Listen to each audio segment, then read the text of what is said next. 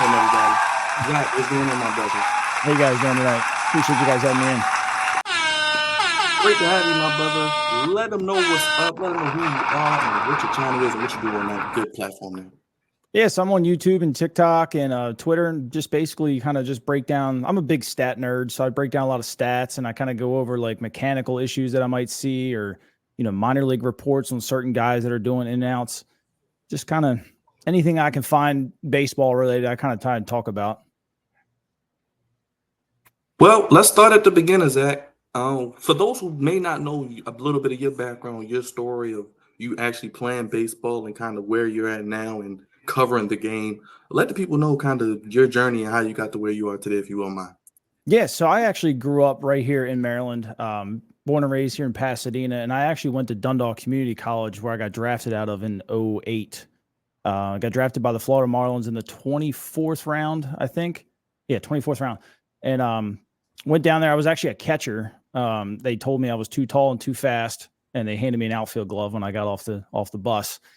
So I played 2 years there, and kind of just I talked with the GM a little bit, and I told him, I was like, hey, I want to go back behind the plate. Like, I see a clear path to move up in this organization behind the plate. They didn't feel that same way. I used to run like a 6'4" or something. Like I could move a little bit. They saw a better path in the outfield. So I asked for a trade, and I went over to the Orioles, played there for just a year. And I think I got up to Aberdeen there, and I had a bunch of issues going on in kind of during the season. I felt like every time we went on the road, I had to go to the hospital. Come to find out, I had like some weird hole in my heart that was affecting the electrodes. And I didn't have to retire, but I ended up retiring, just it took me almost a year to kind of figure out what was going on with different doctors and stuff, but I wasn't hitting anyway. So, but here I am. So, I've got a family now. I got 3 kids. I was doing some video game streaming for a little while, and a friend of mine that's like real big in the streaming was like, dude, you know a lot about sports. Like, he's like, I don't want to tell you to give up on video game streaming. He's like, but you could kick off if you did sports. And I was like, nah, I don't think so. So of course, after a year, I finally listened to him, and then the things have kind of skyrocketed over the last year or so. It's kind of grown pretty well, in my opinion. Definitely. Well, we got you here today. We are literally a few hours away from playoff baseball, literally starting on October 1st. You know about the O's. We know about the trials and tribulations this team had this season, starting high, injuries, not hitting. You just mentioned that. The adversity, getting some guys back, some trades that worked, some trades that didn't work.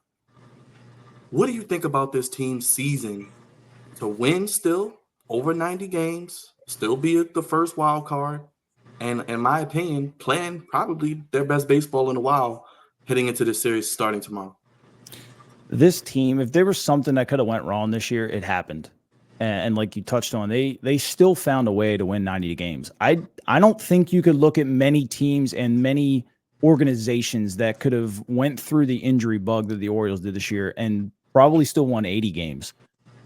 Yes, we had some games that we've lost late in the ninth. We could have won more, but I think you really have to look at the players overall, how they never quit. They never use an excuse.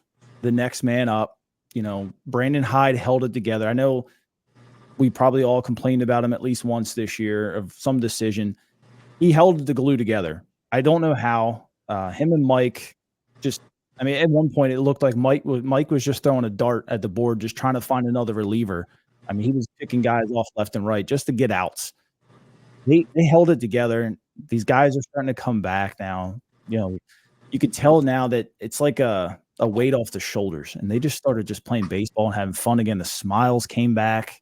I think we've seen a completely different team the last 6 games of the season, and kind of gave you that little bit of confidence going into tomorrow's series.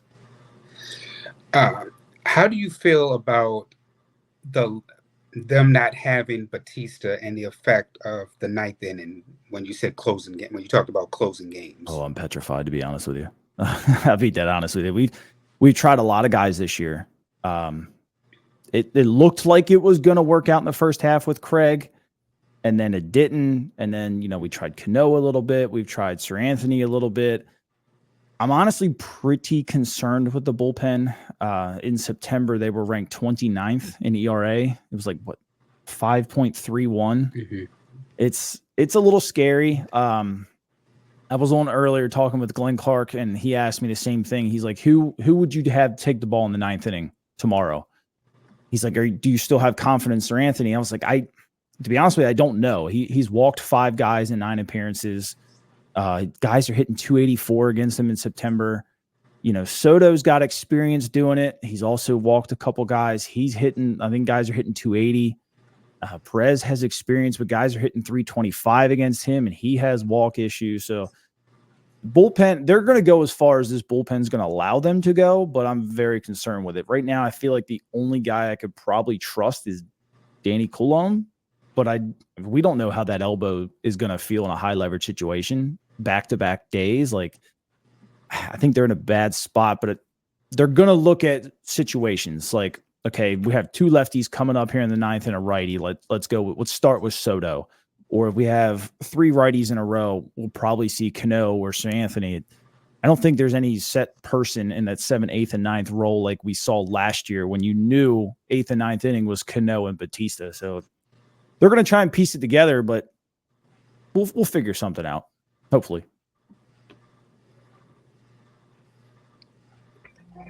My question is this. So since we're in the wild card, do you think that the Orioles, if they can make it to the Yankees, what are your chances of them beating them? That mean they what 8-4 or something like that in the season series, 8-5. I think it was 8-5. 8-5. Yeah, I mean they played them hard every game. I think at one point they were like 6-2 in the series or something like that. If the bats are rolling, I don't think the Yankees are in almost the same kind of situation as the Orioles, where their starting pitching is pretty good. Their back end of their bullpen is very questionable. So if you can get a couple runs out of the starters, that the 7th, 8th, and 9th inning are going to be very exciting for both offenses. I don't see why they can't walk into New York and come out and win. They match up very well against them. If you get around Soto and Judge, I mean, they're still good hitters, but they're not Soto and Judge type hitters. Like, you're going to take your chances. I feel like we match up extremely well with the Yankees. Now, here's another question for you. Well, before you even answer, Raj, Okay. I'm sorry to say, I don't think that the Orioles are beating the best team out there, baby. We already know where we Cut going. him off, Byron. Cut him off, Byron. You know it had to be one on the show, man. Boo this man. But before you say any of that, Dre, I just got one more. So how do you feel about this playoff team this year? Judging by what the Orioles did last year, they won one of the hottest teams in baseball, had the #1 overall record, I believe, in the AL, and they were on fire. Mm-hmm. This year, they got banged up, they're injured up, but yet they kept fighting, got into the playoffs. Do you feel more confident in this year's team, or did you feel more confident in last year's team? To be honest with you, I'm going to say this. I'm more confident in this year's team because there was really no expectation. I'm more confident in this year's team because they've faced every piece of adversity that they could, and they've found a way to keep it going. They've won some games close. They've blown out teams. They've been beat bad. They've had injuries. They've had to piece stuff together. They've faced so much adversity this year. Last year, I mean, outside of Felix getting hurt, they didn't really face any. It was just, go out and play baseball last year. Last year, they really didn't have expectations. So they were just having fun, going out and playing, just beating the crap out of people. But what concerned me last year, and I got beat up about even tweeting about it, they were only averaging 2.1 runs a game going into the last 2 weeks. Like, I was nervous. I knew nobody else probably was in Baltimore. I was nervous just watching those guys just kind of go through the motions. Like, other teams were playing, they had to win to get in kind of thing. And it was scary. And then you have that week off, you go in there and you're not really performing right. Baseball is not like, it's not, you can just flip a switch and it just works. Like, there's a lot of repetitions and stuff. And when something starts to fail and it all starts to fail at once, and it showed in Texas. I mean, Texas was hot, don't get me wrong, but we looked flat. This year, I feel like now that they faced that adversity. They got the monkey off their back. They got in. Now they're just playing baseball. They're having fun. They don't have this long break. They get to come back. The crowd's going to be absolutely electric tomorrow. I'm definitely more confident in this year's team than I was last year. Let me also follow up, because the Orioles, for the first time in a while, getting to the playoffs back-to-back years. Do you feel like what would to you be a failure for this team, even though they've achieved getting to the playoffs back-to-back years? I think the only failure you could look at now is if you just went out and got swept like 12-0 both games, just showed no heart and just got destroyed. If you go out and you lost, 2-1 in the series, you lost one of those games by 1 run, I don't think people can really complain about that. Knowing the type of injuries that they've had this year, if they go deeper than that, like, we were talking about, the expectations are kind of low. Like, a lot of people are still hanging on what they did in was it August, when they just looked terrible. So I feel like a lot of people are kind of waiting to lose and just hoping to win. But October baseball, everything is clean slate. Everybody's 0 for 0 starting today. We'll see. Can I ask you about the National League before we get to football? Because I do want to get your Ravens perspective. Yeah. Is Shohei Ohtani human? I don't think so. I really don't think so. I really don't. You got a guy who's that big. I mean, he's a tall, lanky guy. He throws 97, 98, 99. He hits, he hits a ball 550 feet. He steals almost 60 bags. Like, that's unheard of. I don't think we see a player like that again for at least 20 or 30, maybe 40 years. It's awesome to watch. Yeah. Now, I know, just to piggyback on that real quick, I know everyone's going to be loving the Dodgers, but who is the biggest threat to them? We got the Padres, but the Padres looks like they're going to have, I think, the Mets. So the Mets are hot. You got the Braves. I mean, who is going to win this National League? Much like with the American League, it's no one dominant team, Zach. Phillies. There's really not. I mean, I honestly, I like Philly and I like San Diego. Those are my two threats, so to say. Dodgers should win, but we look at them every year and they should win, and they don't. It's all about who's hot. And right now, San Diego is just hot. They've been hot for a long time. They're young. They're hungry. They're just playing. Their bullpen is lights out. They might make some noise. They really might make some noise. The Braves. I'm sorry. The Braves play the Padres, and then the Mets play the Brewers. Are the Brewers any good? They went wire to wire all season. Really no. They started extremely good. I mean, remember they beat the brakes off of us through 2 games, and they kind of got cold just like the Orioles did, and then they got hot again, and then they got cold again. Phillies went through the same thing. The Dodgers went through the same. Every team in baseball went through that this year. I don't think a lot of our fans realize that. Is pretty much everybody stunk almost at the same time, and no team won 100 games this year. Yeah. While we have this graphic up, is there any team that that concerns you from where the Orioles bracket is in the AL? Houston. They've been there so many times. They find a way to win. Now Kyle Tucker's coming back. They haven't had him for who knows how long. It's one of their best hitters in the league. They just find a way to just win. It's annoying at this point. Who plays in the World Series, Zach, before we get to football? Ooh, World Series. I'm going to go. I want to say Orioles and Padres, but I'm going to say Astros and Padres. You have that much faith in the Padres, man? Wow. I mean, Jackson Merrill's my cousin. I got to put a little bit of faith in him. No.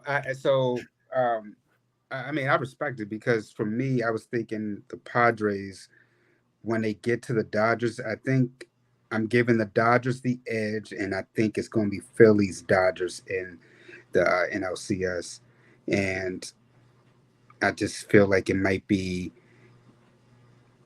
Astros Yankees again, but then again, Cleveland is like you said last year with the Rangers. something about Cleveland that they kind of can give me a little bit of concern. They got the best And bullpen, Dre. you can't sleep on the Royals either. So I think that this is just to me one of those unpredictable baseball seasons. But then again, it's always like that with baseball because last year, Mm-hmm. if you had told me the Texas Rangers were going to go out there, even getting past the Orioles, I would have laughed at you. So I you think the just Texas never know. Rangers probably would have laughed at you too. Nobody expected that. They caught fire.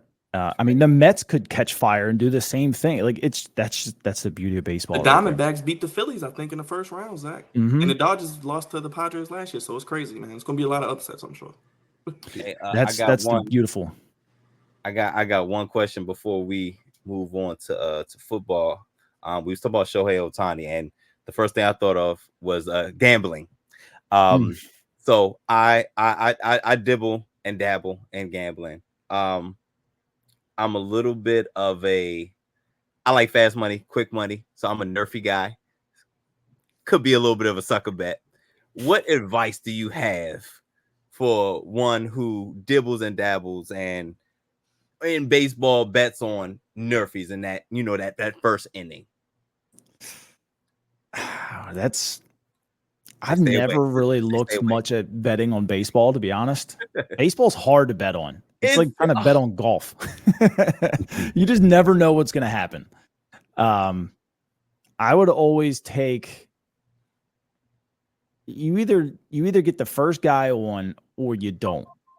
And then that's probably where I would end it. If you could find like a quick prop bet, like over under 1K or something like that, or 2 strikeouts, it might be like a plus 750, like put $2 on it or something like that, But baseball's hard. Corbin Burns could go out tomorrow and give up 3 home runs in the first inning. You're not expecting that. Nobody is. Or he could K the side again. I mean, you just don't know what you're going to get. At least with football, like you have a general understanding, like, okay, Ravens are likely going to open up running the ball 3 or 4 times if they play, if they have 6 or 7 plays in a drive. That's a lot easier than baseball, in my opinion. I have one more question. This is a recent one. With the untimely passing of Pete Rose today, do you think that he'll be put in the Hall of Fame? I do. It's a lifetime ban. Now that his lifetime is over, rest in peace, he should be allowed to go in, right?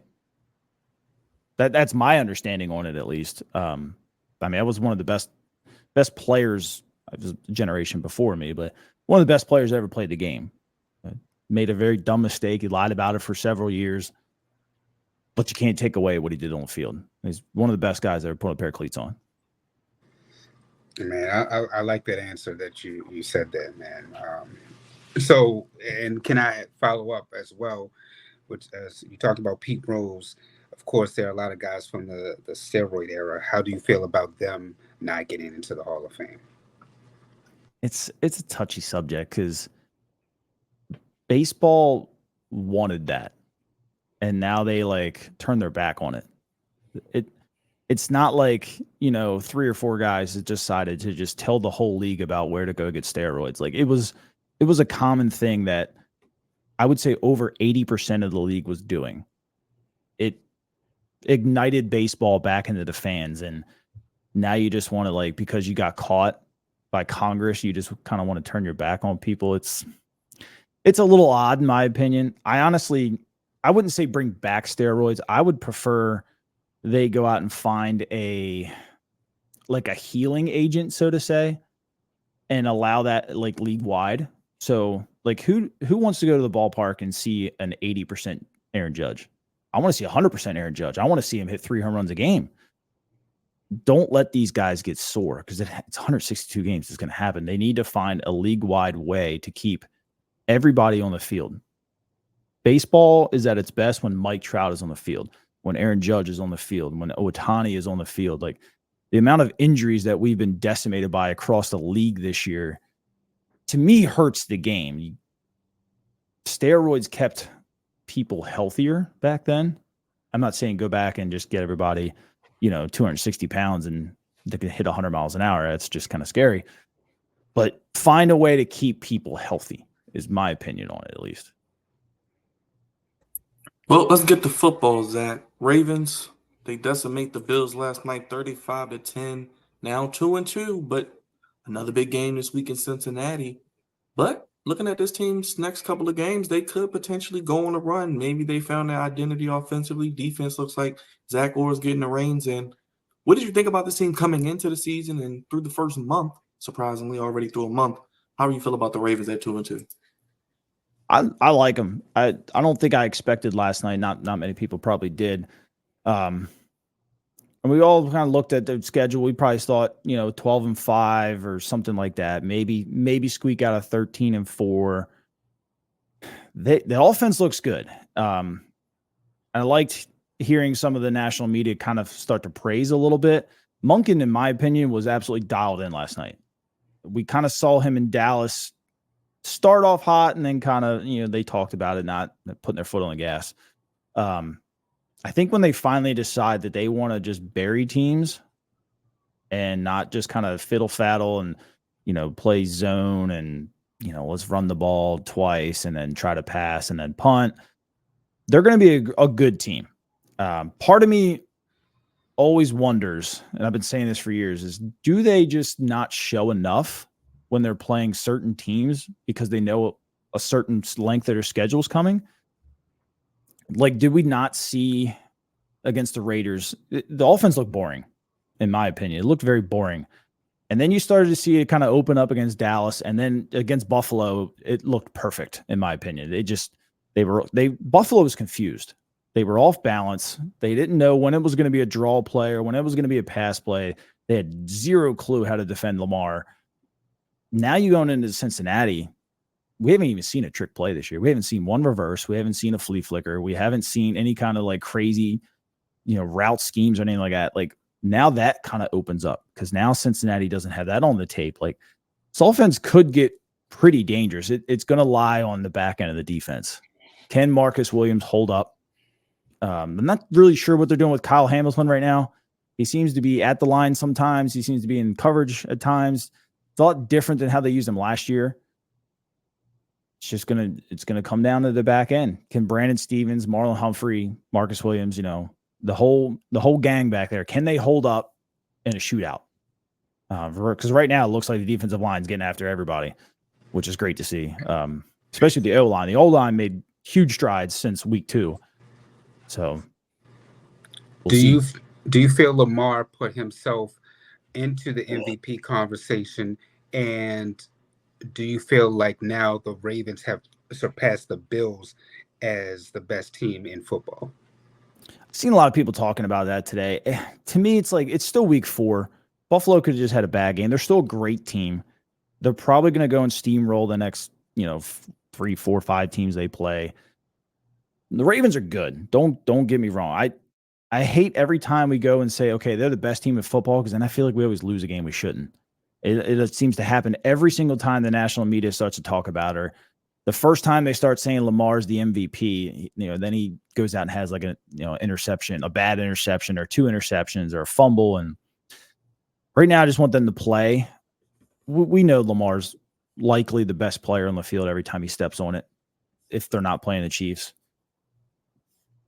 He looked good. I'm a big Lamar guy. I get in trouble arguing with friends all the time about it. A lot of my friends don't think he's any good. I do. He makes the Ravens go.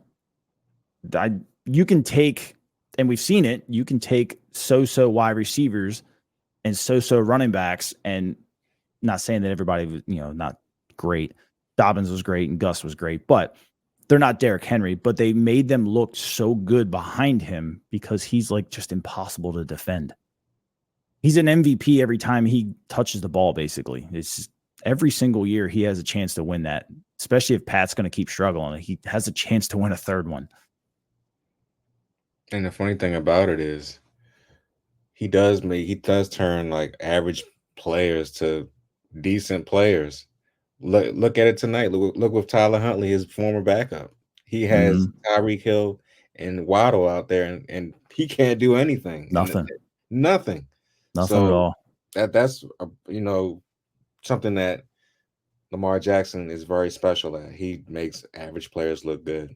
But I think it's great that he has Derrick Henry now. He has another superstar with him, not Yeah. just a all-star or a regular player. He has a guy that can equal him Yeah. and take some weight off of his shoulders. But my question is this: what do you think is going on with Mark Andrews? Like, I think he's healthy. I think he's moving correctly. He's moving right. Do you think it's just something that is in his head right now? You think he'll get right later on in the season, or what's going on with him? I don't have too much concerns about Mark. Mark's an all-pro. He's been around doing this a long time. He missed all preseason, and then he had that car accident. Like, he's still getting his kind of, we'll quote unquote feet under him a little bit, getting his legs going. The drop is, we've seen Mark drop the ball in years past. It's not a concerning thing. It happens, and then we watch him, not drop the next 28 passes. Like, I'm not that concerned about him. Right now, they haven't had a need to force him the ball like we have in years past, which is a good thing because now eventually, late in the game, now Isaiah Likely's got two guys on him, or Zay Flowers has got a guy on man and a guy above him, and in a cover 2 or cover 3, and all of a sudden Mark Andrews is in the one-on-one with a linebacker on a 3rd and 10. That you're going to get a first down all day. So with him being quiet right now is fine in my books, because now the attention is going to go elsewhere. And the Ravens are at the blessing that I don't think we've ever seen this maybe in franchise history, where they've had multiple eyes on the field. Like, before it was, okay, we got to put 3 guys on Mark Andrews. And actually, when I saw it, I watched a little bit of the tape on the Chiefs. Chiefs had 3 guys on Andrews all night and didn't even play in the preseason, had 3 guys on him all night. You're going to start to see that move to Likely, Zay, Bateman, and then Mark's going to be one-on-one. And even if it's just a 25-yard gain, I can promise you 2 of those catches are going to be 3rd down, because you're never going to take Lamar and the Andrews connection away. Right now, it looks like it's Lamar and Likely, which is great because he's a hell of a playmaker. Mark's going to make a big play here real soon. Speaking of big plays, what do you think's going on right now with Justin Tucker? I'm not going to go out and say he's done. I don't think he's done. I'm sure he's probably put extra pressure on himself because he knows he's the best. He knows how good he is. He demands perfection. We've watched it for years. I think we haven't seen any struggles until Sam Cook retired. And I'm not blaming Jordan Stout, but it might be slightly different. Now, they practice every day, and that's all fine and dandy, but you don't have 300-pound men running in front of you, or, corners coming off the edge trying to block it. Like, very minute things can screw up a kick. I kicked for a little while when I played. It only takes a half an inch and you miss. And that could be the thing. Tucker said it was a mechanical thing. I'm not that concerned about him. I bet you he probably will hit the next 10, and he'll probably hit the next 5 over 50. That's just who he is. He knows when he struggles, he's going to find out what it is, and he's going to perfect it. I'm not that worried about him. Now, if he misses the next 3, I'm going to be really, really worried, but right now I'm all right. How do you see this division playing out, Zach? The Steelers started out hot, but Justin Fields probably is going to get benched at some point for Russell Wilson. I just see it coming once he loses another game and has 2 or 3 picks. The Bengals, we can really end them on Sunday. The Browns are done, in my opinion. I think the Ravens could potentially go on a run here, I think. And like you said, outside the Chiefs, they have the second best team, I think, in the AFC.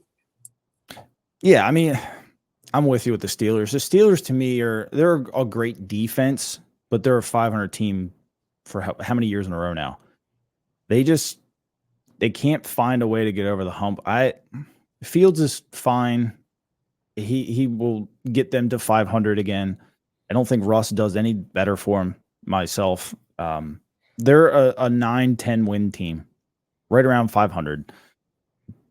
Baylor squeak. They'll probably make the playoffs and or just miss. Cincinnati could potentially go to 1-4 against us. Mm-hmm. I would still put them ahead of Pittsburgh. We watch Burrow do this every year, and Cincinnati do it every year. They stink in September. And you go back and look at Burrow's career stats. He's like 6-12 now or something like that. He just stinks in September. But then he doesn't lose. Once it starts getting cold, he just doesn't lose. I don't know if that's just him not playing in preseason, because it seems like he hasn't been healthy in preseason in 4 years. I don't know if it's a product of that. But you can't count them out. They're a dangerous team. They got a good offense. Their defense is, they're going to go as far as the defense is going to allow them to go. They're going to get better. I would still say the Ravens win it. I would still put Cincinnati at number 2, even if they dropped to 1-4. Okay. Devontae, you want to get in there before? Or you got anything? I was gonna try to go down 95 South. You know what I'm saying? I was gonna let y'all get y'all Raven stuff in. You know what I'm saying? I'm just over here patiently waiting. Go ahead. Do you think? All right, gas up the pacer, y'all. We going down south.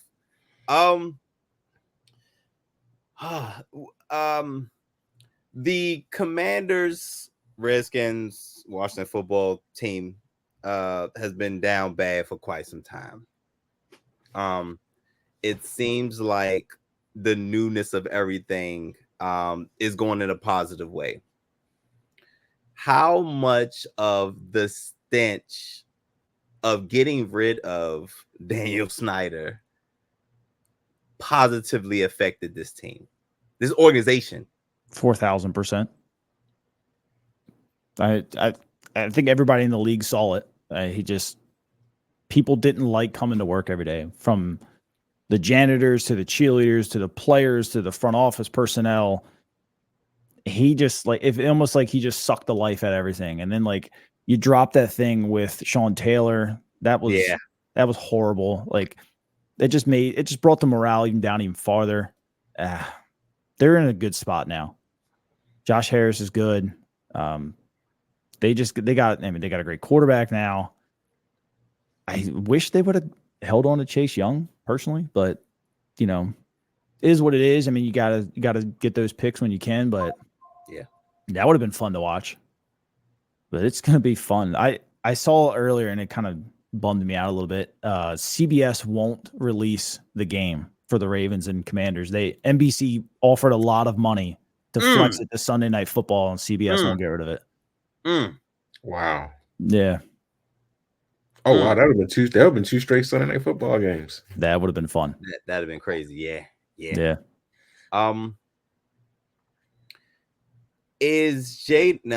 Short question.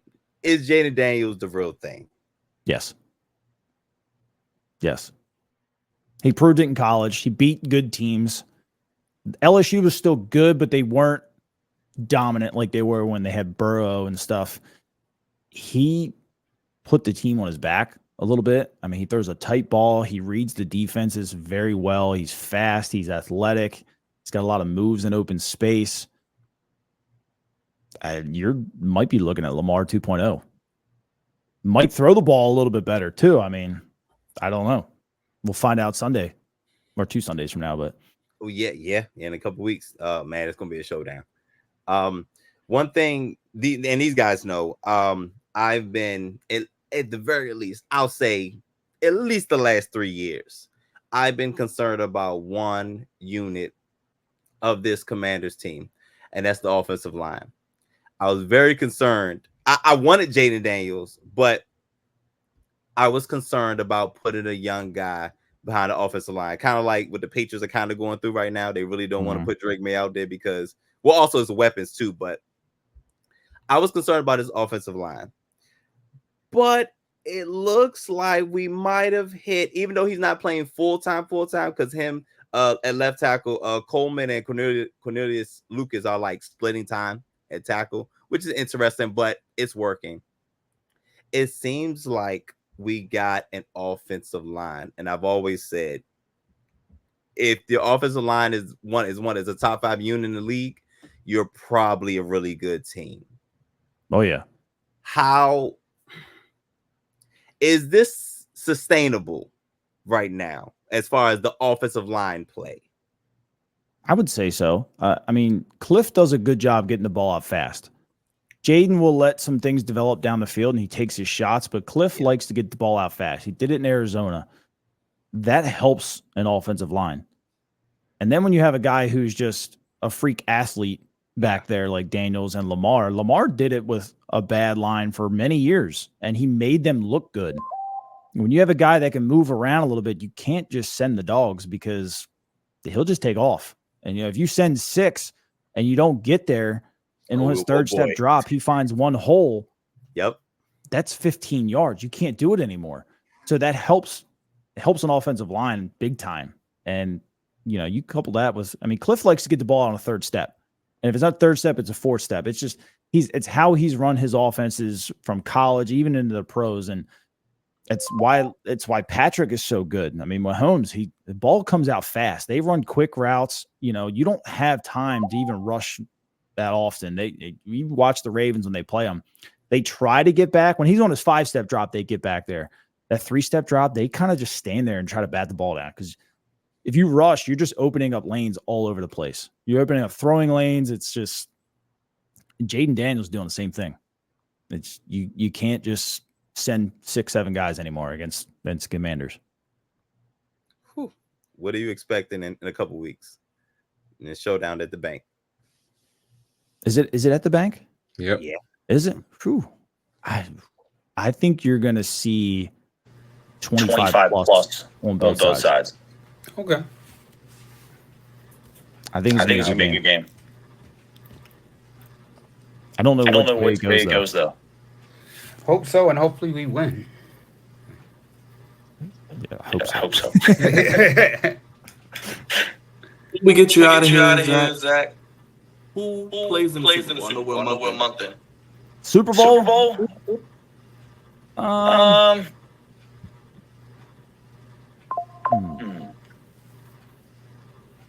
gonna go with Detroit, and I'm gonna go with Baltimore. I think maybe they finally get there. Not bad. So you're a fan of the biting of the kneecaps and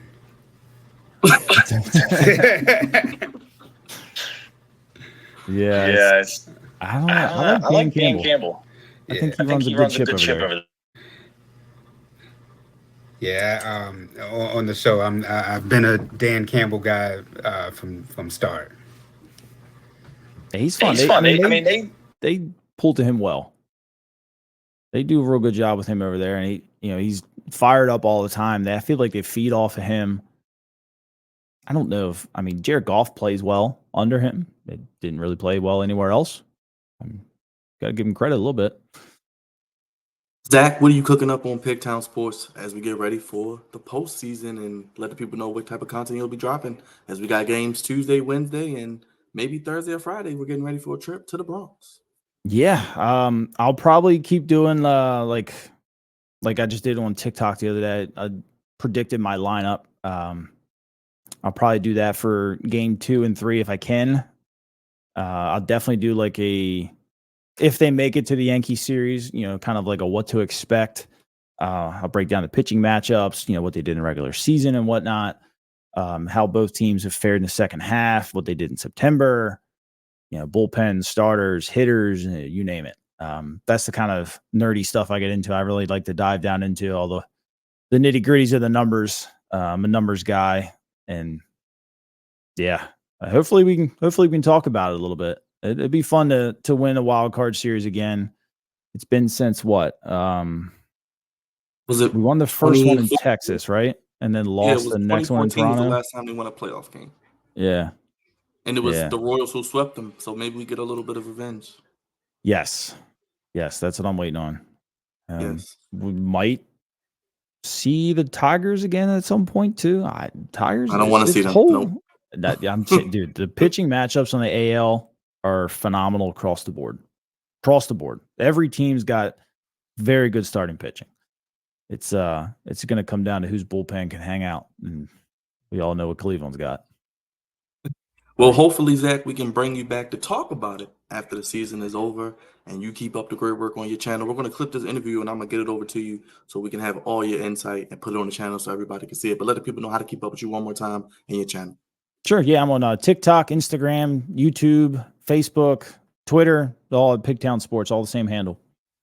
Everybody, go show some love to Zach. Follow him at Pigtown Sports. He'll be back on the Flex Zone real soon, and he'll be down at the yard tomorrow. If you see him, say hello. I know he'll say hello back. Zach, we appreciate you staying up late, man. Thank you for the great insight, man. We'll do it again real soon. Thanks, fellas. Thank you. One more time. Zach, thank you again, my brother. Have a good night, brother. Thanks. Good. Good up for Zach, everybody. Big up to Pigtown Sports for joining us once again here on the Flex Zone podcast. Check out his channel, Pigtown Sports, breaking it all down for you, giving you the analytics.